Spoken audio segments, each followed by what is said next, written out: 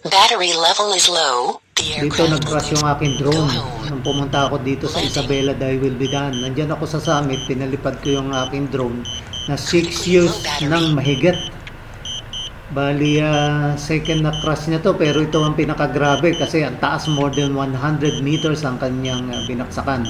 So nangyari dito, nag-return home ako pero hindi siya makakabalik, inabutan ng red. So ang ginawa ko, nag-manual ako at tinandaan ko na lang yung mga possible na kanyang babaan. So bali nasa kaliwa na yan, bali dyan ang kanyang magiging crash site, bali dyan siya nag-crash eh. So nandito ituturo nung arrow, yan yung arrow na yan, nandiyan ang kanyang drone crash site. So bali nangyari dito, magre-rely na lang ako ngayon sa GPS at saka yung kasi recording ng cellphone.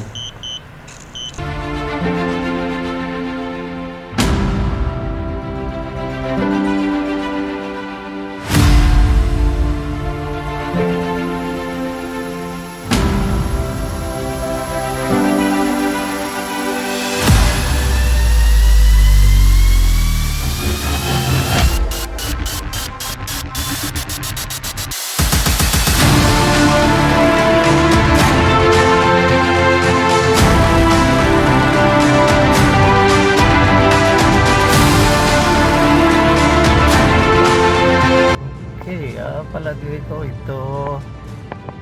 Okay, tapat daw ng eskwela na ito. They will be done. Ito pala. Ito pala siya. So ito pala yon. Okay. Nalagpas pala tayo eh. Ito na po ang entrance ng 10 commandments. They will be done. Okay. Parking lot ay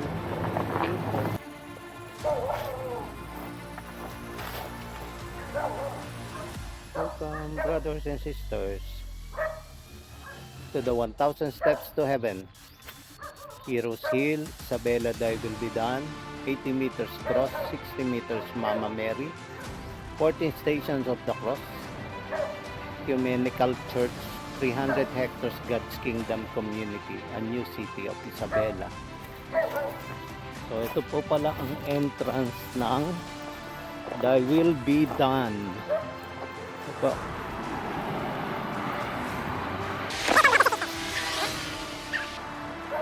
San Luis Cordon pala to. Okay, San Luis Cordon, Isabela.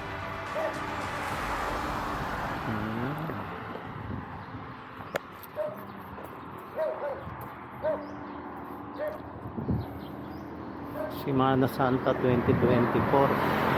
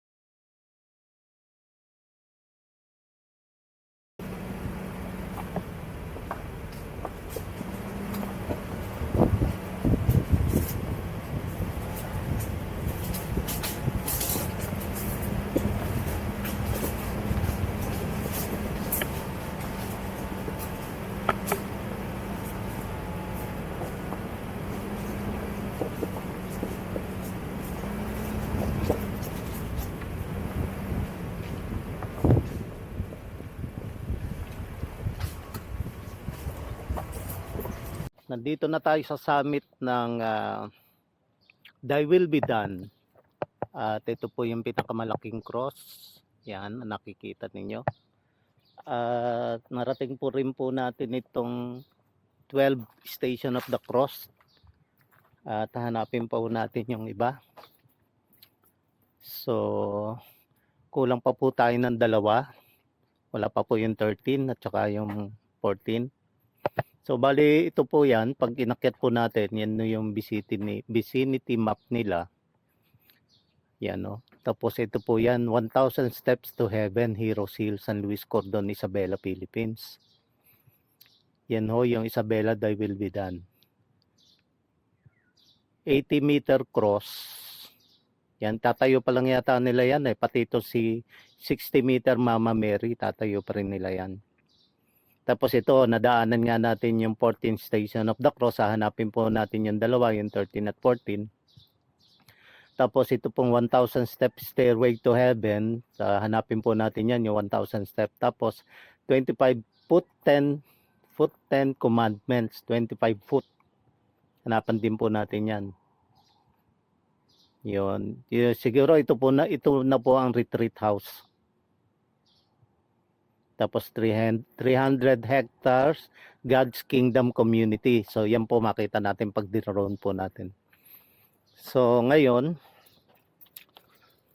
hanapin po natin yung 13 at saka yung 14. So baka po yung 13 at 14 nandito po sa baba. Yung Station of the Cross. So ayan po. Ganyan po siya. Oh, so may naglilinis. May nagpipik.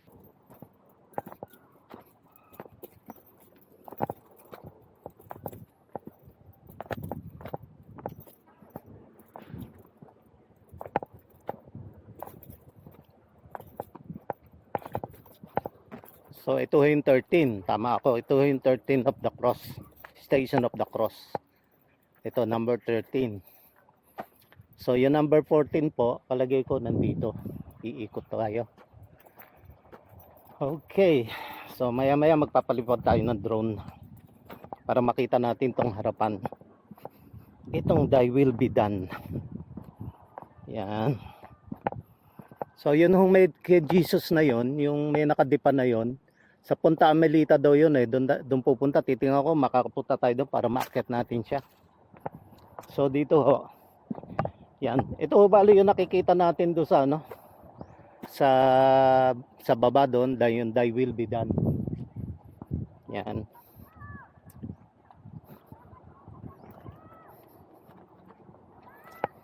So parang may nagpipictorial po dito.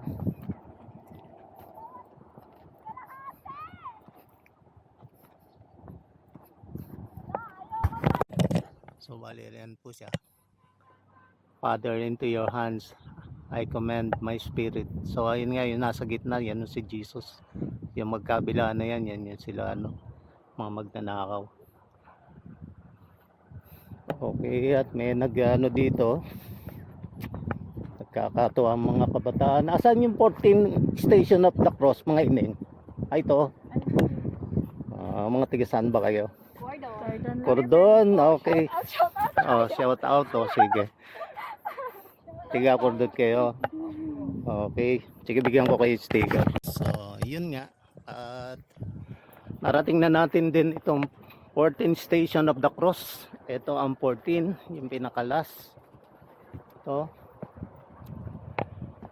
At dito sa 14, dito nga yung sinabi ni Jesus na rises from the dead pala si Jesus sa 14 of the cross. Ewan ko, tama ho ba ang kasi yan lang ho nakasulat dito The 14th station, Jesus rises from the death. Okay, so ito po ang 14 Station of the Cross. So akit na po tayo para makapag-drone. At akit na po natin. Ito nga ho, medyo matarik.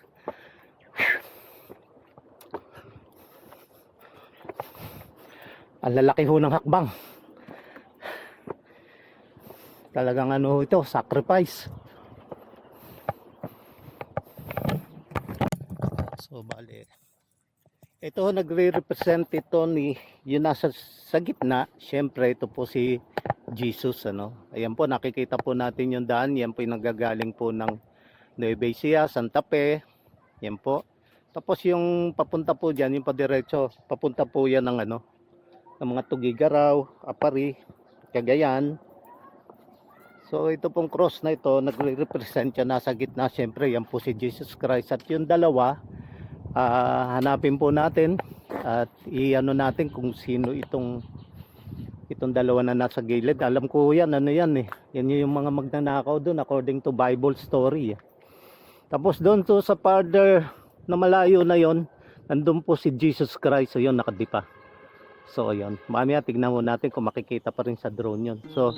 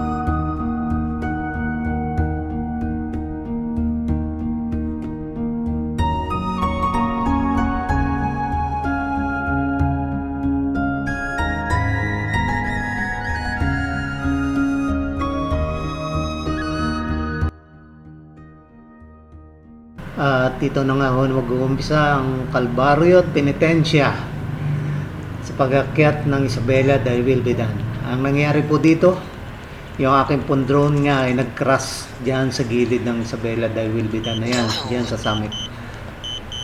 So, bali ho yan, in-automatic ko siya ng return home, RTH, pero sa hindi magandang pangyayari, siya po ay halos kinapos dahil nag-lowbat. Inabutan po siya ng red, hindi siya makakarating. So, bali ang ginawa ko na lang po,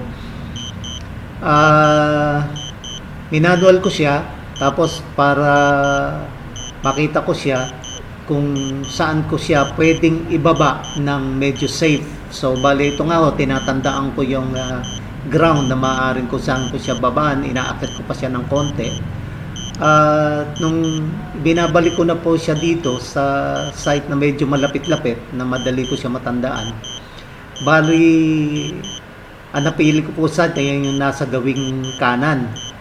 So bali pagkatapos po nito, magre-rely na lang ako sa GPS o yung map ng RC, saka po yung cache recording ng cellphone para matrace namin at mahanap namin kung saan siya nababa. Kasi po siyempre ito ho napapanood nyo na to ay recording na mismo nung kanyang cellphone. Ay bali ng recording na nung drone bala.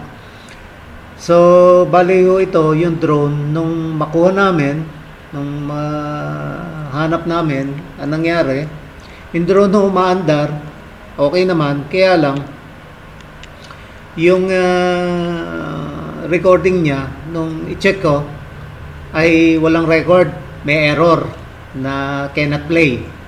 Tapos, alam ko na yon, merong sa YouTube ko napanood na pagka ganun nangyari, usually nangyayari po talaga sa drone yun. So, ang ginawa ko na lang, sabi, ibalik, yun yung drone, ibalik siya dun sa para i-read siya ulit after nun. So, bali may separate video yon para mapanood ninyo. Bali 5 minutes mo yon yung drone at ilalagay mo yung memory card at Battery warning. miracle, babalik siya at ganun nga ginawa ko, kaya yan, na-retrieve ko yan. So, bali sa drone, nung makita namin na nangyari sa drone, yung GPS niya, tsaka yung battery, wala, at tsaka yung camera, walang makita. So, nagtingin din ako sa bago ko siya i-repair o ayusin, nadalhin sa DJI. So, ang ginawa ko, ulit ng YouTube, meron pala dyan na nangyari, parang kamukha nangyari sa akin na nag-crash din siya. Lumuwag yung parang flexi wire ng gimbal, na camera ng Spark, ng drone. So yun, may separate video po ito, yung crash site na to. Bali, yun na lang po ang panoorin ninyo at ilalagay ko po dito sa para mapanood nyo.